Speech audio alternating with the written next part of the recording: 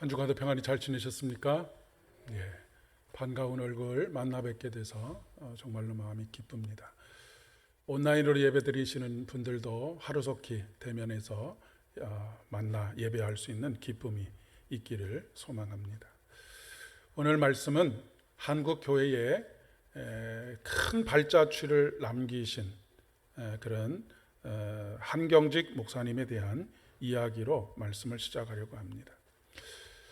제가 미국에 있을 때 한경직 목사님께서 졸업하신 프린스턴 신학교를 방문한 적이 있습니다. 미국 동쪽 북부 지역에 뉴욕 바로 옆에 뉴저지라고 하는 주가 있는데 이 프린스턴 신학교가 바로 거기에 있습니다. 이 프린스턴 신학교는 한경직 목사님께서 졸업한 학교일 뿐만 아니라 많은 목사님들이 그곳에 가서 공부를 하고 자신의 사역들을 펼쳐가는 미국 안에서도 미국의 신학교 안에서 손에 꼽히는 그런 학교입니다. 그곳에 가서 도서관에 들어갈 기회를 얻었는데 도서관에 들어가는 입구에 한경직 목사님의 초상화가 걸려 있는 것을 보고 참 마음이 뭉클했었던 그런 기억이 있습니다. 그곳에 초상화가 걸려 있는 이유는 자랑스러운 동문, 그러니까 그 학교를 졸업하신 목사님 중에 한국인으로서 아주 자랑스러운 신앙의 발자취를 남긴 분으로서 존경의 마음을 담아서 그곳에 초상화를 걸어 놓으셨습니다. 모든 목회자들뿐만 아니라 우리 그리스도인 한 사람 한 사람이 닮아가야 할 모습이고 표상으로 삼아야 할 그런 목사님이십니다. 영락교회라고 하는 한국의 대표적인 교회를 담임하실 때뿐만 아니라 은퇴하고 나셔서 남한산성에 거주하셨는데 그때에도 철저하게 청빈의 삶을 살아가신 모습으로 모든 그리스도인들의 귀감이 되셨던 목사님입니다. 목사님은 항상 소매가 헐겁게 헤어진 그런 양복을 입고 다니셨다고 합니다. 그리고 그 모습을 본 성도들 중에 참 많은 분들이 목사님 조금 그래도 좋은 양복을 입으셔야 되지 않겠습니까? 라고 해서 양복을 여러 벌 많은 분들이 해다 드렸다고 합니다. 목사님은 그 양복을 아주 감사하게 받고 며칠을 입으신 이후에 영락교회가 워낙에 큰 교회이다 보니까 개척교회 목사님들이 교회를 방문할 일들이 굉장히 많이 있으셨는데 그때마다 자신이 선물로 받아서 입고 있었던 그 양복을 벗어서 찾아오신 목사님들에게 일일이 입혀주셨다라고 하는 이야기입니다. 그리고 나서 집에 들어오실 때마다 많은 경우 양복 옷은 없고 와이셔츠 바람으로 그렇게 들어오시는 그런 일들이 많이 있었다고 합니다. 어느 날은 길거리에서 구걸을 하는 분에게 옷을 다 벗어주고 들어오신 날도 있다라고 하는 일화가 있습니다. 한경직 목사님께서 존경받는 이유는 대형 교회를 이루었기 때문이 아니고 그분이 살아오셨던 복음의 삶, 복음과 삶이 큰 괴리 없이 살아오신 그 모습, 청빈한 삶을 살아오셨던 그 모습이 받게 된 가장 결정적인 이유라고 그렇게 생각합니다. 혹시 가보셨는지 모르겠지만 한경직 목사님께서 돌아가시기 전에 사셨던 남한산성에 있는 아주 작은 집이 있습니다. 방 한 칸에 거실이 있고 부엌 있는 정도에서 나머지 여생을 보내신 그런 모습을 보여주고 있습니다. 목사님께서 남기신 책 중에 제 마음속에 늘 거룩한 부담으로 읽고 또 묵상하고 가슴에 새기고 있는 책이 있는데 그 책의 제목이 무엇이냐면 목사님들 예수를 잘 믿으십시오 라고 하는 제목입니다. 그러니까 우리가 어떤 업적을 이루고 어떤 노력을 한다라고 하는 것과 믿음으로 산다라고 하는 것이 일치되면 참 좋겠지만 그렇지 못한 경우들을 너무 많이 보기 때문에 정말로 어떤 비판하는 마음을 가지고 그런 책을 쓰시는 것이 아니고 그런 설교를 하는 것이 아니라 정말로 사랑하는 마음으로 목사님들 예수 잘 믿으십시오라고 하는 책을 남기고 가셨습니다. 현대 사회는 돈이 지배하는 사회입니다. 국제 사회 또한 마찬가지라고 이야기할 수 있습니다. 돈이 곧 힘입니다. 돈으로 할 수 없는 것이 거의 없기 때문에 그렇습니다. 동방의 작은 나라, 이 우리 대한민국이 G7의 초청을 받게 된 이유도 우리나라가 무시할 수 없는 경제력을 가진 나라가 되었기 때문에 초청을 받게 되었습니다. 지금 세계가 양강으로 나눠져 있는데 무역 분쟁이 아주 극단을 향해서 달려가고 있습니다. 그 이유는 민주주의와 공산주의의 이념의 투쟁이 아닙니다.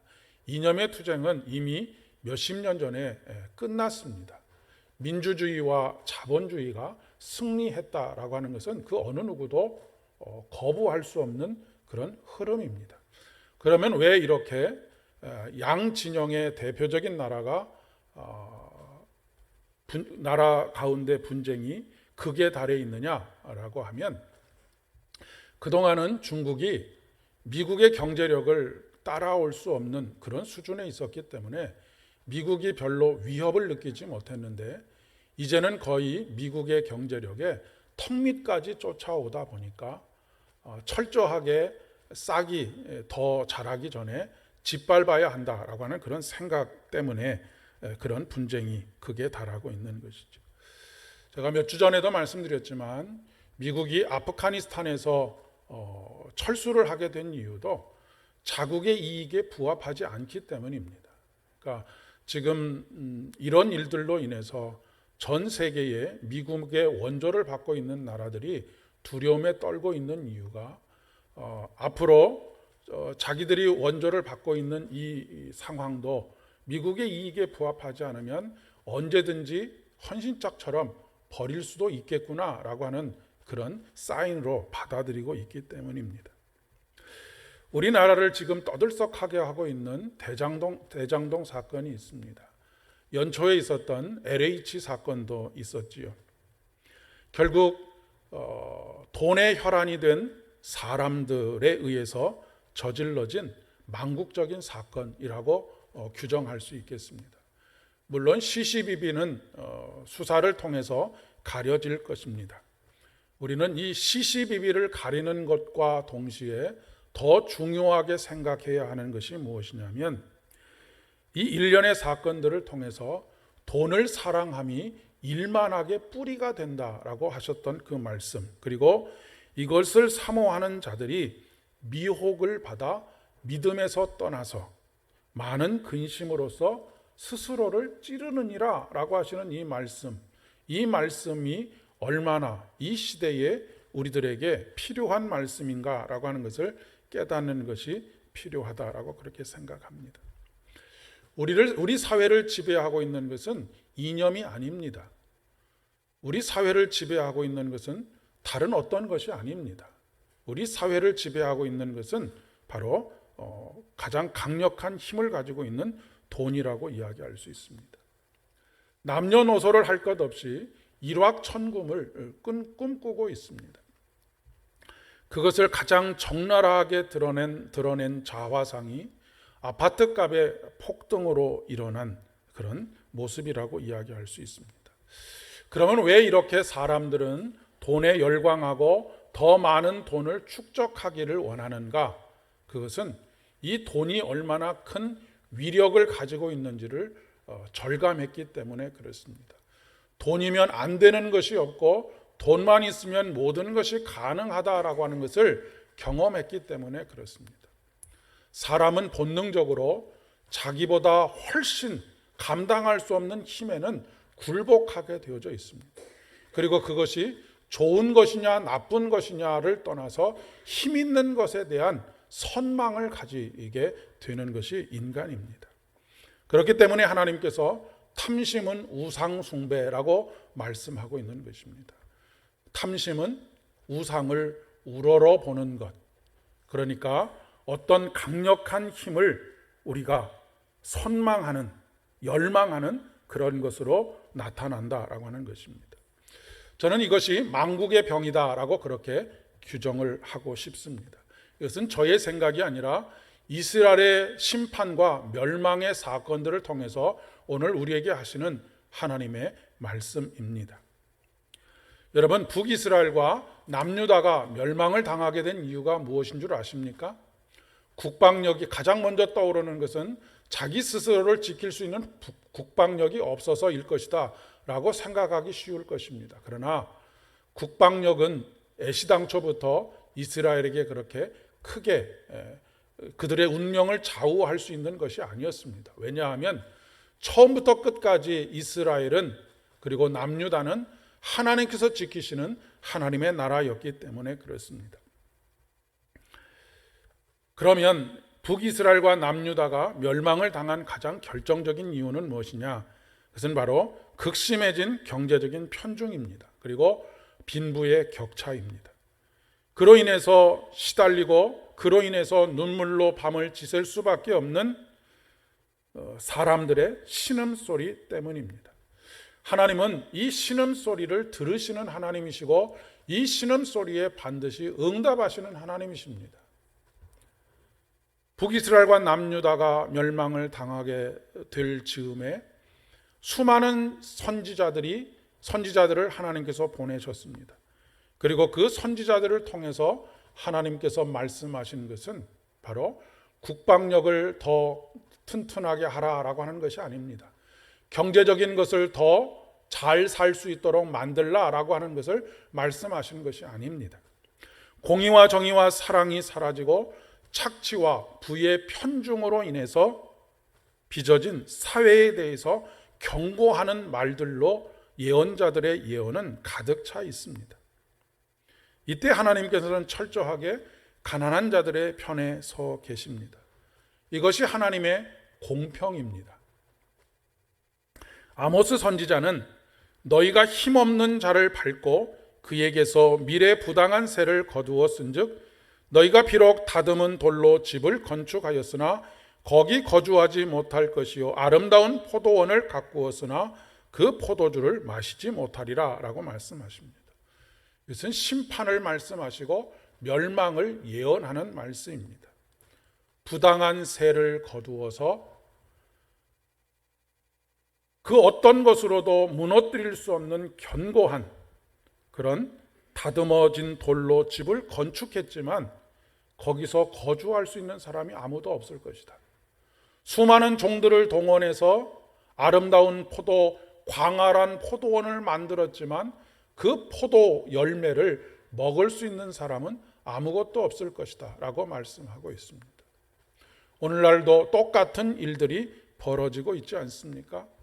철옹상과 같은 자신만의 바운더리를 만들고 수많은 사람들을 고용해서 그 사람들을 통해서 부를 축적하고 달콤한 열매를 얻으려 하지만 하나님께서 하나님의 나라의 정의를 바로 세우기 전에는 그 모든 일들이 허사가 되게 하시겠다고 말씀하고 계시는 것입니다. 이스라엘 민족에게 초등학교 때부터 아주 어린 시절부터 계속해서 가르치는 말 중에 가장 중요한 한 구절이 무엇이냐면 너희가 애굽에서 종 되었다라고 하는 사실을 잊지 말고 기억하라 라고 하는 것입니다. 그것은 개구리가 올챙이적 생각을 하지 못하는 우를 범하지 말고 개구리로 살 때의 그 미약함을 항상 기억하고 그런 사람들을 이해하고 그런 사람들과 더불어 함께 만들어가는 세상, 그런 세상들을 위하여서 힘쓰라라고 하는 그런 이야기입니다. 우리나라도 극심해진 빈부의 격차와 그로 인해서 빚어지는 우리 사회의 병폐를 해결하는 방향으로 교회가 힘쓰지 않고 우리 그리스도인들이 힘쓰지 않으면 하나님의 심판과 하나님의 멸망이 어떻게 임하실지 이 말씀을 묵상할 때마다 늘 두려운 마음이 듭니다. 그런데도 불구하고 한국 교회의 강단과 우리들의 기도 속에서 이 나라의 경제가 회복되도록 위해서 기도하고 더 많은 것들을 얻을 수 있게 해달라고 하는 기도는 많이 드려지는데 빈부의 격차와 그것에 억눌려서 신음소리를 내고 있는 이들과 함께 살아갈 수 있는 세상을 만들어 달라라고 하는 기도는 거의 드려지지 않고 말씀 또한 선포되지 않는 그런 현실을 우리가 살고 있습니다. 많은 신앙인들이 우리 사회의 경제적인 불평등을 포함해서 모든 불평등이 해소되는 것이 신앙과는 관계가 있다라고 생각하지 않습니다. 교회가 해야 할 일이라고도 생각하지 않습니다. 오히려 이런 설교를 하거나 이런 교회가 되어야 한다라고 하는 이야기들을 하면 조금은 삐딱한 시선으로 바라보는 것이 우리의 현실입니다. 그러나 결코 그렇지 않습니다. 아까도 말씀드렸듯이 불평등의 문제 그리고 신음하고 있는 이들의 이 신원 소리가 하나님의 귀에 들리지 않도록 하는 그런 세상을 만들지 않는 한 하나님의 심판과 하나님의 멸망이 우리에게 있을 수밖에 없다라고 하는 것을 말씀하고 있는 것입니다. 오늘 마가복음의 본문에서 부자 청년이 예수님을 찾아온 사건이 기록이 되어져 있습니다. 이 말씀은 마태복음과 마가복음과 누가복음의 공이 기록이 되어져 있습니다. 복음서에 기록되어지는 여러 사건들은 각각의 복음서에만 기록되어져 있는 것이 아니고 기록되어져 있는 경우도 있고 2개씩 기록되어져 있는 경우도 있고 공간복음에 기록되어져 있는 경우도 있고 4개의 복음서에 다 기록되어져 있는 경우도 있습니다. 그 이야기는 어떤 사건이 하나의 복음서에만 기록되어져 있다라고 하면 그 공동체가 가지고 있었던 꼭 들어야 할 필요한 말씀이기 때문에 그곳에 담겨져 있는데 공간복음의 3개의 복음서에 모두 다 담겨져 있다는 이야기는 이러한 일들이 그 말씀을 들어야 할 필요가 있는 공동체가 하나의 공동체만이 아니고 모든 공동체가 다 들어야 하는 그런 동일한 문제를 가지고 있었던 그런 문제들이다라고 하는 것을 말씀해 주고 있는 것입니다. 마태복음에 보면 그는 부자 청년이었던 것으로 기록하고 있습니다. 젊은 시절에 번뜩이는 아이디어로 자수성가를 한 부자 청년인지도 모르겠습니다. 아니면 금수저를 처음부터 물고 태어나서 부모에게 상속받은 것이 많은 그런 부자인지도 모르겠습니다. 하지만 어찌되었든지 간에 다행인 것은 그가 그런 상황에 있음에도 불구하고 영생에 대한 관심을 가지고 있었다라고 하는 것입니다. 보통 먹고 살만하게 되면 영생에 대한 삶에 대해서 영생에 대해서 크게 관심을 가지지 않습니다. 이것은 데이터가 우리에게 이야기해주고 있는 것입니다. 보통 국민 1인당 소득이 1인당 2만 불을 넘어서게 되면 종교적인 관심이 확 줄어든다라고 하는 것이 사회학적인 분석입니다. 우리나라도 지금 3만 불을 왔다 갔다 하고 있는데 우리나라의 많은 사람들이 종교적인 무관심에 빠지게 되는 이유도 바로 여기 있다라고 이야기할 수 있겠습니다.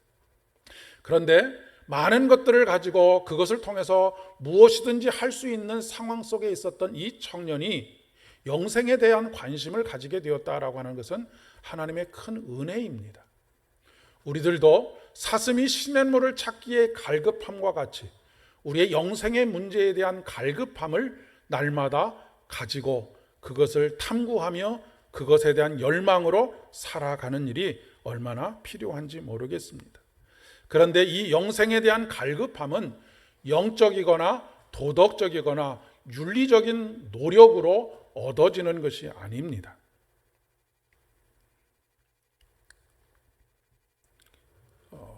이 부자 청년은 어려서부터 하나님의 말씀을 늘 묵상하는 사람이었습니다. 율법을 처음부터 끝까지 다 지킨 사람입니다. 얼마나 율법을 하나도 빼놓지 않고 지키려고 했다면 그가 그의 삶을 언제나 얼마나 절제하고 삼가하고 노력했는지를 우리가 인정하지 않을 수가 없습니다. 그렇다고 한다면 그는 율법에 따라서 하나님께서 요구하시는 것 이상으로 예배에 잘 참석했었을 것입니다. 스스로 정말로 모든 것을 다 했습니다. 제가 할 수 있는 모든 것을 다 했습니다 라고 그렇게 이야기하고 있는 것이 결코 허언이 아니라고 하는 것을 우리가 인정할 수밖에 없을 것 같습니다. 그러나 부자 청년이 지금 예수님께 찾아온 이유는 그 모든 것이 실패로 돌아갔다라고 하는 것을 인정하고 있는 것입니다. 오늘 말씀의 흐름은 바로 이러한 맥락에서 함께 살펴보는 것입니다. 부자 청년이 예수님께 와서 묻습니다. 선한 선생님이여, 내가 무엇을 하여야 영생을 얻으리이까? 이제까지 영생을 얻기 위해서 율법을 어려서부터 처음부터 끝까지 정말로 절제하며 모든 노력을 다 해왔는데 제가 영생을 누리지를 못하고 있습니다. 그러니 제가 어떻게 해야, 더 이상 무엇을 해야 영생을 얻을 수 있겠습니까? 라고 묻고 있는 것입니다. 이 질문에 대해서 예수님께서 내가 생명에 들어가려면 계명을 잘 지켜라 라고 말씀하십니다. 그러자 부자 청년이 대답하지요. 이 모든 것을 다 내가 지켰는데 또 무엇이 부족합니까? 제가 무엇에 부족해서 영생을 누리지 못하며 살고 있습니까? 라고 묻는 것입니다. 이 대답에 대해서 예수님께서 내게 한 가지 부족한 것이 있으니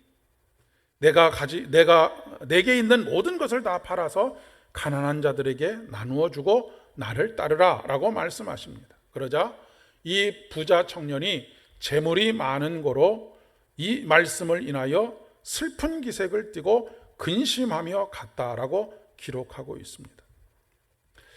이 말씀을 듣고 그래, 나도 내가 가진 것을 다 팔아서 남들에게 주고 예수를 따라야지 라고 생각하는 사람은 거의 없을 것입니다. 이 말씀에도 불구하고 여전히 우리는 그래도 넉넉하게 우리의 삶을 살아갈 수 있는 그런 물질들이 있기를 바랍니다. 그리고 그런 것들이 죄가 된다라고 말하는 것이 결코 아닙니다. 그런데 우리의 마음속에 늘 걸리는 말씀이 있습니다.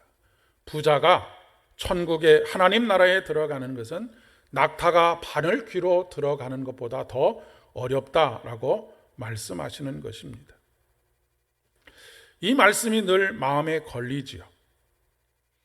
예수님을 따르기 위해서 가족도 버리고 집도 버리고 생업도 버렸던 제자들조차도, 아니 그렇다면 우리들 중에, 그리고 모든 사람들 중에 누가 구원을 얻을 수 있습니까? 영생을 얻을 수 있겠습니까? 라고 원망 섞인 푸념을 하고 있는 것을 보게 됩니다.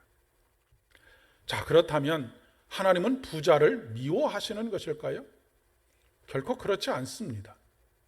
예수님의 공생의 동안에 예수님을 정말로 극진히 잘 모시고 예수님의 사역을 적극적으로 도왔던 분들 중에는 부자들이 굉장히 많이 있습니다. 사도 바울도 마찬가지입니다. 그가 전도 여행을 하는 동안에 자주장사 루디아와 같이 적극적으로 사도 바울의 사역을 전폭적으로 도왔던 사람들이 많이 있습니다. 나름대로 부를 축적했던 이 사람들이 열심을 다해서 도왔던 것이지. 예수님은 특별히 부자들을 편을 갈라서 배척하셨던 일이 없습니다. 왜냐하면 부자든 가난한 사람이든 다 하나님의 구원을 받아야 하는 사람들이기 때문에 그렇습니다.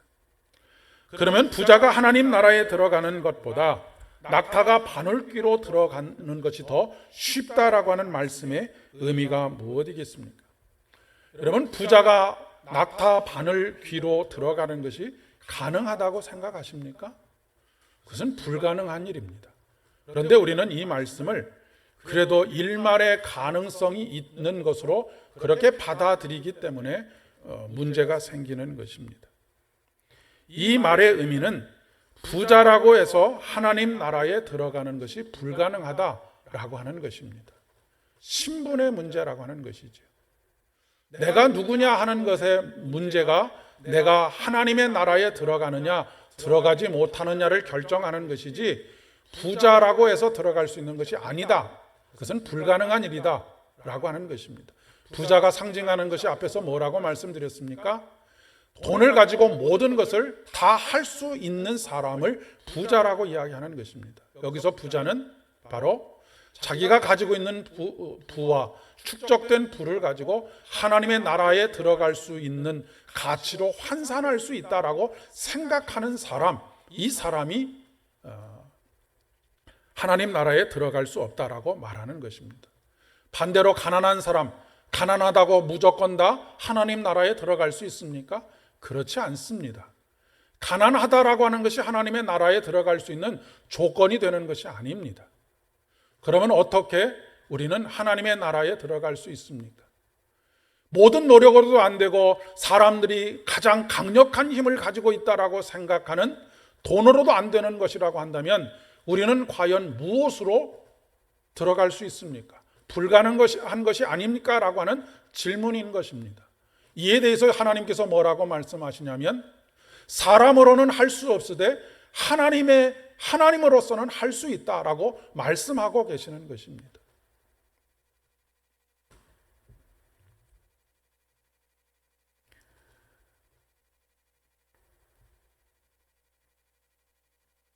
영생을 얻으려면에서 얻다라고 하는 헬라어 단어는 상속을 받다라고 하는 의미를 가지고 있습니다. 여러분, 내가 무엇인가를 열심히 하고 열심히 함으로 인해서 얻는 것은 상속을 받는 것이 아니고 대가를 받는 것입니다. 그렇지 않습니까? 그런데 영생은 어떻게 받는 것이라고요? 대가로 받는 것이 아니고 상속을 받는 것입니다. 상속은 누가 받습니까? 상속은 자녀가 받는 것입니다. 상속은 자녀가 아니면 받을 수 없는 것입니다. 자녀가 아닌 사람, 모든 사람이 받는 것은 대가를 받는 것입니다. 영접하는 자, 곧 그 이름을 믿는 자에게는 하나님의 자녀가 되는 권세를 주셨다라고 말씀하시는 이유가 바로 여기 있는 것입니다. 그런데 예수님께서는 왜 가진 모든 것을 나누어 주라고 말씀하시는 것일까요? 우리들 보고 구제하는 삶을 살아라 라고 하는 것입니까? 여러분, 구제를 많이 하면 영생을 누릴 수 있습니까? 구원을 받을 수 있습니까? 절대로 그렇지 않습니다. 구제를 많이 한다고 해서 영생을 받을 수 있는 것이 아닌데, 그럼에도 불구하고 모든 것을 다 팔아서 사람들에게, 가난한 사람들에게 나누어 주라 라고 말씀하시는 이유는 무엇이겠습니까? 여러분, 참된 부자는 누구입니까? 나누어 줄 아는 사람입니다. 반대로 가난한 사람은 누구입니까? 아직 나는 충분히 가지지 못했다라고 생각하는 사람이 가난한 사람입니다.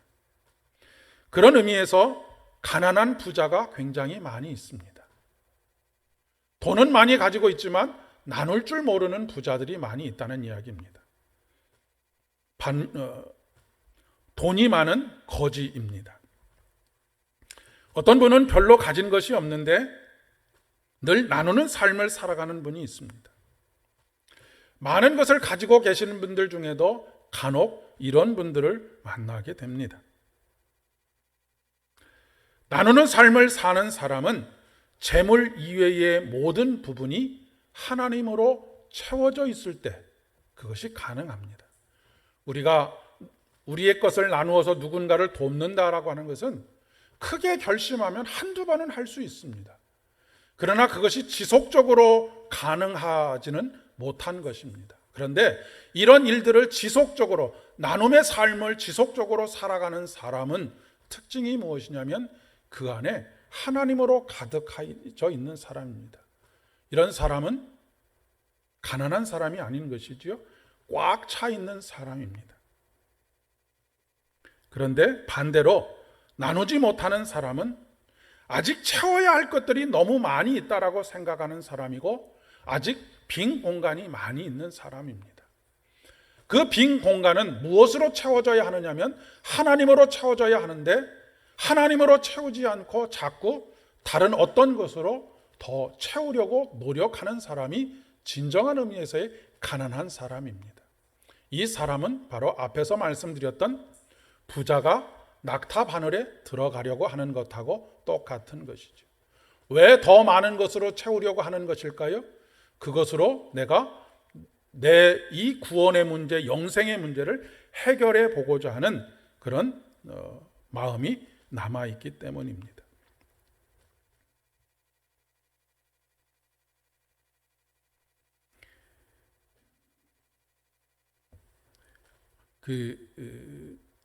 예전에 원빈이라고 하는 배우가 출연을 했던 가을 동화라고 하는 드라마를 보신 분들이 계실지 모르겠습니다. 거기서 그 원빈이라고 하는 배우가 사랑을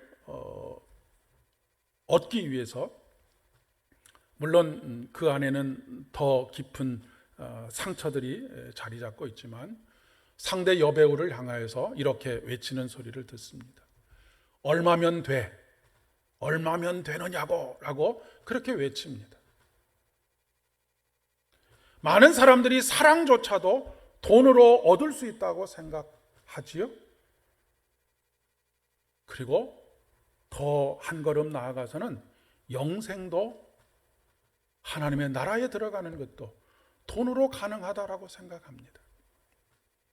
그러나 여러분, 하나님께서는 우리가 어렸을 때 불렀던 찬양 기억하실지 모르겠습니다.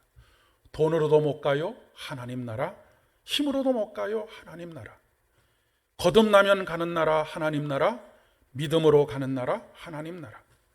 벼슬로도 못 가요 하나님 나라, 지식으로 못 가요 하나님 나라. 거듭나면 가는 나라 하나님 나라, 믿음으로 가는 나라 하나님 나라.